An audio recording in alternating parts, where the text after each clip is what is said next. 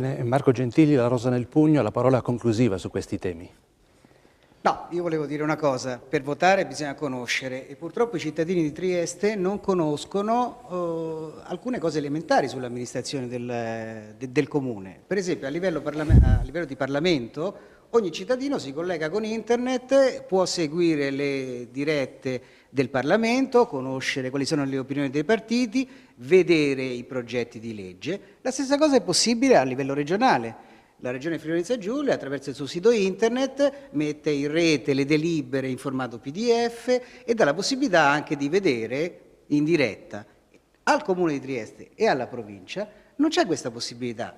Le delibere c'è solo il titolo, quindi il cittadino deve andare per forza all'albo pretorio, deve perdere tempo. Oggi con i moderni mezzi, attraverso internet, è possibile scaricare la delibera, leggersela a casa, avere la possibilità, anche qui con i potenti mezzi di internet, di seguire le dirette via internet. Noi questo che vorremmo fare, vorremmo avvicinare il cittadino all'amministrazione comunale attraverso la conoscenza. Oggi questa conoscenza è favorita dallo strumento internet. E chiudo su una cosa: una volta che si conosce, poi il cittadino non è che può stare ad assistere e votare ogni 5 anni. Sulle grandi questioni, le grandi opere, il piano regolatore, ci devono essere degli strumenti di consultazione. Come a livello nazionale, quando si cambia la Costituzione, viene chiamato il cittadino a confermare o meno la scelta che è stata fatta a livello di Parlamento, così a livello comunale nessuno vuole togliere il potere al Consiglio Comunale di decidere,